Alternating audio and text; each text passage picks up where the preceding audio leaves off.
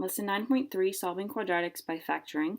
This is what we've been doing for the past couple of days. The only difference today is that we've got a different setup, right? They're not equal to 0, they're equal to kind of random stuff here. So before we get started, let's remember what the standard form of a quadratic looks like. Remember, it's got ax squared, right? That number's in the front, the x squared's in the front, and then plus bx plus c. And then I'm going to add this on here today. I'm going to add equals 0. So this right here is like the main idea for today. We need to make sure that everything is equal to 0 before we start. So before solving, make sure it's equal to 0. And it's really not hard, and it's barely anything different than you guys have already been doing, so I do expect you guys to be pretty good at this.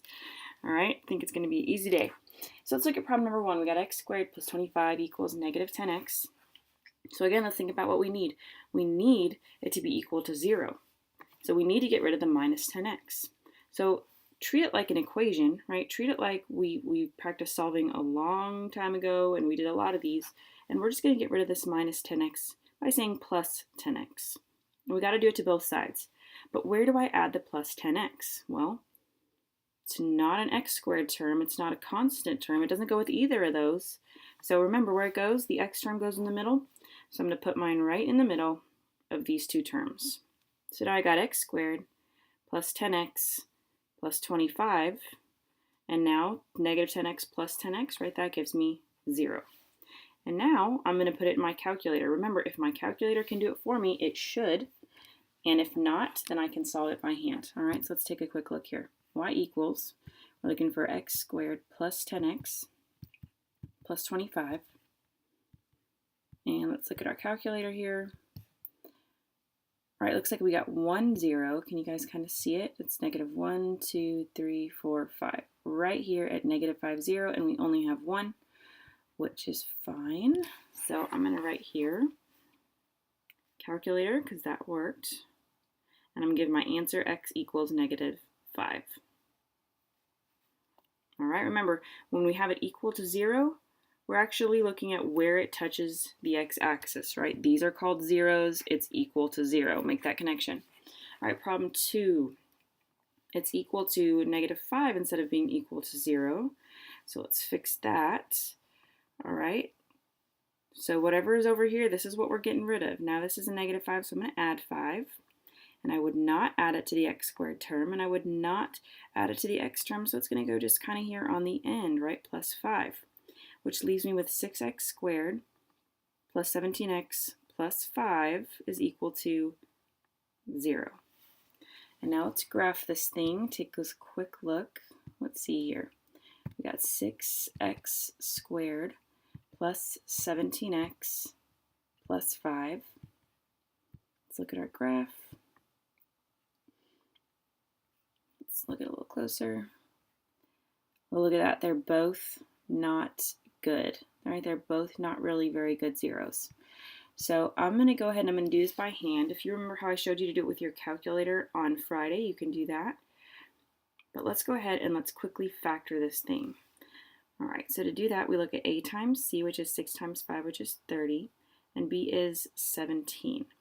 Make a quick list for 30, and we've got 1 and 30, 2 and 15, or 3 and 10. We're going to use 2 and 15 because they add up to 17. Okay, so what we're going to do here real quickly is we're going to take our box term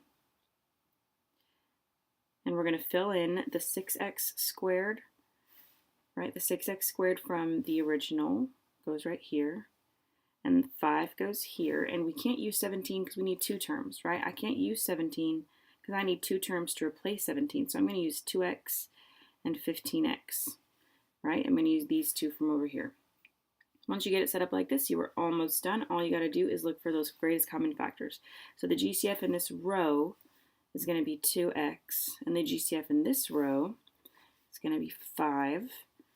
GCF in this column is going to be 3x, and then the GCF in this column, there's nothing. They got nothing in common, so I'm going to use a 1. So my two groups are 3x and a positive 1, right? That's from the top. And I got 2x plus 5, right? That's from the side.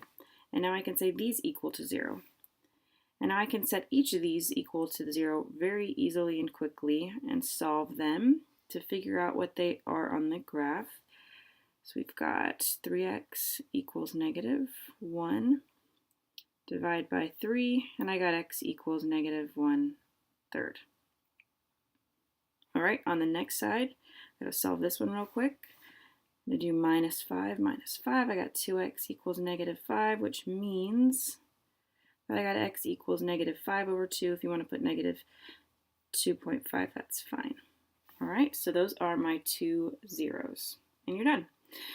Just to kind of remind y'all, if you did want to do this by hand, so take a quick look again, or sorry, if you want to do it with your calculator, I mean, you go to this option right here, calc. So second trace, choose option 2, which says 0, and then you're going to get a bunch of questions down here. Now when it says left bound, it's asking, and your cursor needs to be left of the 0 you're looking for. So right now I'm going to focus on this 0 right here.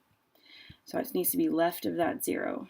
All right, so there's left of the 0. Right of the 0, that's good enough. And press enter, and then guess, get it as close as you can. All right, that's as good as it gets, and then enter. And see, we get negative 0.3 repeating, right? That's the same as negative 1/3. Now I can go ahead and I can do this again for the other 0 if I want to. Left bound, but now it needs to be left of this other 0. So there we go, it's left of the 0. Now right of the 0, and then it needs to be as close as you can get it, which in this case, they're both kind of crappy, so. All right, so negative 2.5 and 0. So again, that's how your calculator can do that for you, but it's always a good idea to practice our factoring, right? All right, problem number 3, here we go. Oh, look at this. It's not even close to being equal to 0. We've got two terms over here on the right, so we got a lot of stuff we got to move here. Now I'm going to do it all in one turn, right, because I can, and it's quicker that way. So how do we get rid of the 24? Well, we subtract 24, and then we got to subtract 24 on the left side. How do I get rid of the 10x? I add 10x. So I'm going to be able to cross both of these out and have this thing equal to 0, right? Now, just make sure that these two terms that you added or subtracted get put in the right place on the left side. X squared goes in the front. This term is going to come next, so right, so a positive 10x. And this term comes at the end, so minus 24. All right, equals 0. Essentially, if you guys just want to think of changing the sign and moving it to the other side, that's also a quick way to think about this. All right, so let's try our calculator. We got y equals x squared plus 10x minus 24. Let's take a look at our graph. Hopefully this is a nice one. And we can't see it, but I can tell that it's going to be going to the left this way, so I'm going to change my window. Let's try going to negative, let's see here, maybe 15. There we go. All right, so I can see that my two zeros are pretty nice. So I got, looks like negative 12 and positive 2. All right, negative 12 and positive 2. So again, in my notes, all I'm going to do is I'm going to put calculator. I'm going to say x equals negative 12 and x equals positive 2. Problem 4. 4x squared equals 12x. So again, we need it equal to 0. And we're not super worried that we don't have that third term, that c term, right? I just need to get rid of this negative, or this 12x. I'm going to subtract 12x from both sides. You cannot combine these. They're not like terms. So just write them out. 4x squared minus 12x equals 0. Again, let's see if our calculator will give this one to us. Got y equals 4x squared minus 12x equals 0. Let's go ahead and graph that. And we got 0 and 3. Okay, so I'm going to again say that's my calculator answering here. And I've got x equals 0, and I've got x equals 3. Okay, so if I could sum up the lesson so far, get this whole thing equal to 0, right? Get your polynomial equal to 0, and then put it in your calculator. If it doesn't work, use your calculator 0 function or factor to solve. Okay, last but not least, we have an application problem. It's talking about the perimeter of a triangle. You guys, you know this. You know what perimeter of a triangle is. right? You just add up all the sides. So they give me 3 random expressions here. I got an x squared plus 7. I've got a negative 5x minus 12. And I've got a negative 16x minus 7. And they tell me the perimeter is 88 units. So I'm not really going to worry about anything right now except for just kind of setting this up. We just know that perimeter means add all sides. Right? We should know add all sides. So here we go. Let's set this thing up. And it is kind of long. I've got x squared plus 7 minus, or plus, I guess, negative 5x minus 12 plus negative 16x minus 7 equals, and they told me the perimeter was 88. Okay, now we got to clean this thing up. So I've got, let's see, negative 5x and negative 16x. X squared is going to stay by itself. That's going to be negative 21x. And then these plus 7 minus 12 minus 7, that's going to add up to negative 12. And this is equal to 88.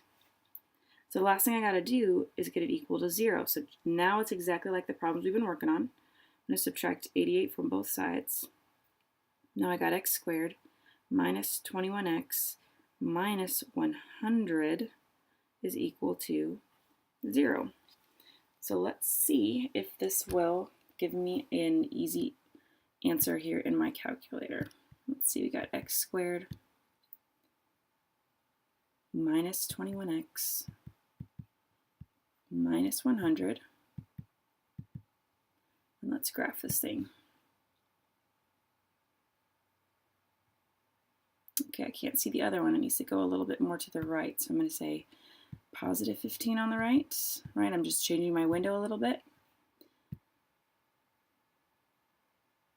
And we still can't see it. We still need to go more to the right. So I'm going to say 20.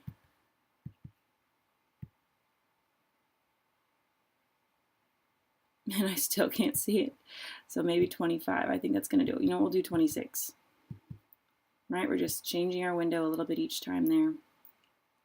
And there it is. So that's going to be negative, I think 4. 1, 2, 3, 4. Negative 4 and positive 25. All right, so I'm going to just say calculator. And I got x equals negative 4. And I got x equals positive 25. Now, I do not want you guys to use in an application problem for perimeter. We're going to say no negatives. So don't use this. All right, just because if I did use a negative 4, then I would get negative sides for the lengths of the sides of these triangles, which doesn't make sense. So whenever you guys are doing an area problem or a perimeter problem, don't ever tell me an x value is negative. If it is negative, just don't use it. So in this case, you only have one answer that works, x equals 25. All right, just another recap. Don't try and solve until these things are equal to 0. All right, if you get them equal to 0, you can use your calculator for most of them, which makes your life pretty easy.